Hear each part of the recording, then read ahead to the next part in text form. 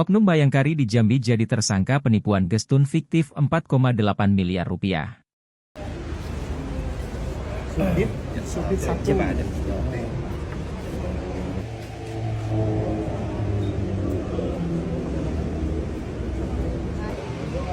Udah oke suara? Terus Bagusnya pakai mana? di mana? Itulah dari member-member yang ada di bawahnya. Karena ini menggunakan skema Ponzi yang ada punya kaki-kaki di bawahnya. Jadi itulah meledaknya ketika Kan paling viral.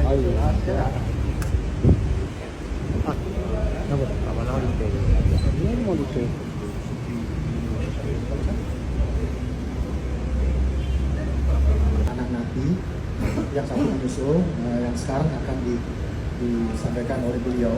warahmatullahi wabarakatuh. Yang saya hormati Bapak Kabid Humas, rekan-rekan media, Polda Jambi. Hari ini kita akan merilis terkait perkembangan kasus yang kemarin sempat menarik perhatian masyarakat luas, kasus penipuan, dikarenakan ini adalah suatu modus yang cukup baru dan cukup mengkhawatirkan kalau ini terjadi lagi di tengah-tengah masyarakat. Kasusnya ini adalah kasus penipuan, di mana pelaku ini tersangka atas nama W ini, inisial WW, dia melakukan penipuan terhadap orang-orang yang menjadi membernya, ya, dengan modus operandi melakukan gesek tunai fiktif, gestun di toko online, yaitu Shopee. Jadi tersangka ini menawarkan jasa untuk melakukan penarikan secara tunai dengan cara memberikan link toko online yang sebenarnya adalah fiktif, Shopee.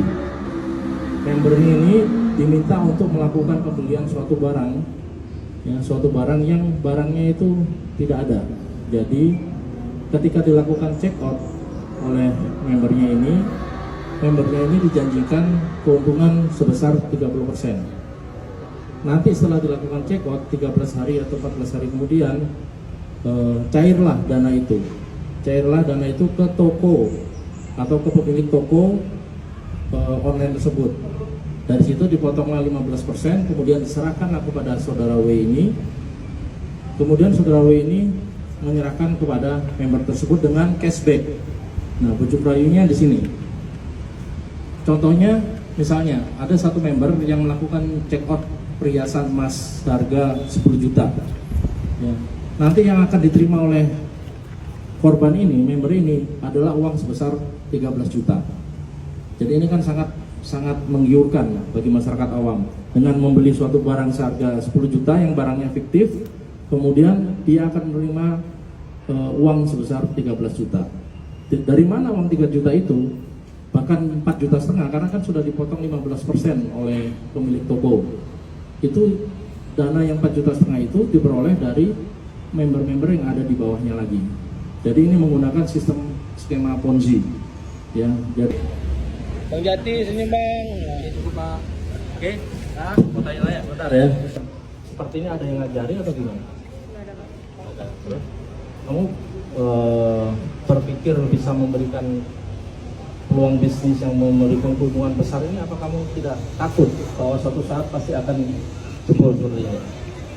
Ada takut Pak, makanya di terakhir ini saya masih berusaha untuk membayar member. Di tanggal 26 Januari saya berusaha membayar member pakai uang saya pribadi Pak. Jadi kamu ini akhirnya terdesak membayar member itu dengan uang pribadi, ya. Kemudian apa lagi mau tanyakan? Duitnya Orang Shopee-nya Bang. Apa? Duitnya itu apa? Uang yang kamu dapatkan gimana kan? Uangnya berputar ke member itu Pak. Berputar-putar ya, berputar-putar ya. Berarti pertama kali ada komunikasi sama pihak Shopee Mbak ya? Marketing Shopee. Nggak ada Pak, saya ada link, ada yang di atas saya.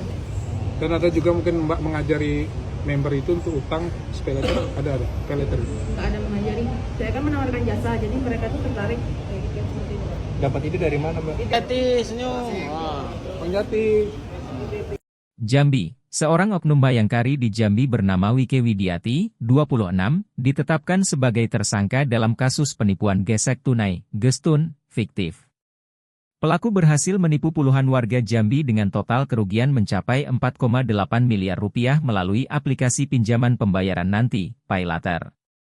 Direktur Reserse Kriminal Umum Polda Jambi, Kombes Manang Soebeti, mengungkapkan bahwa pelaku menjalankan aksinya dengan menawarkan jasa kepada para korban melalui media sosial sejak September 2024 hingga Januari 2025.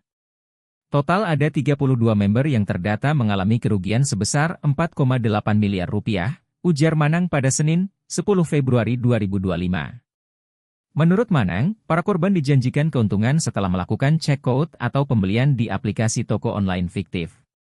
Mereka dijanjikan keuntungan sebesar 30% dari nominal pembelian. Pelaku WW melakukan penipuan dengan modus gesek tunai fiktif di toko online. Dia menawarkan jasa penarikan tunai dengan memberikan link toko online yang sebenarnya fiktif. Member diminta untuk melakukan pembelian barang yang sebenarnya tidak ada, jelasnya.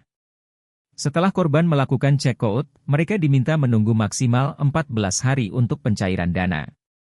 Uang yang dicairkan dari aplikasi penjualan online tersebut kemudian dibagikan kepada korban setelah dipotong 15% oleh pelaku. Dana tersebut cair ke pemilik toko online fiktif, dipotong 15%, lalu diserahkan kepada saudari W, kemudian diberikan kepada member dengan cashback, tambahnya. Modus penipuan ini dinilai sangat menggiurkan sehingga korban melakukan pembelian berulang kali untuk mendapatkan keuntungan lebih besar. Sebagai contoh, ada satu member yang check-out perhiasan senilai 10 juta rupiah dan dijanjikan akan menerima 13 juta rupiah. Ini tentu menarik bagi masyarakat awam yang tidak menyadari skema penipuan di baliknya, terang Manang.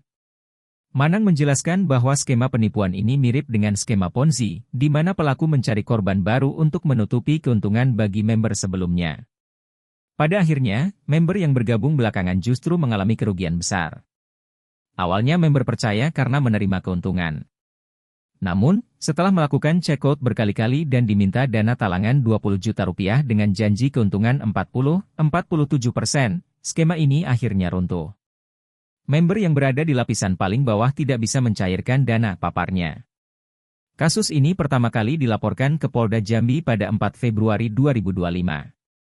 Selain itu, laporan juga diterima di beberapa wilayah lain di Jambi, seperti Polresta Jambi dan Polres Merangin. Berdasarkan laporan para korban, pelaku akhirnya ditetapkan sebagai tersangka dan saat ini ditahan di Polda Jambi. Wike Widiati dijerat dengan pasal 378 dan 379 KUHP tentang penipuan. Kami mengimbau kepada korban lain yang merasa tertipu untuk segera melapor ke pihak kepolisian, tutup Manang, kontributor Jejak Digital News, Mahwel melaporkan.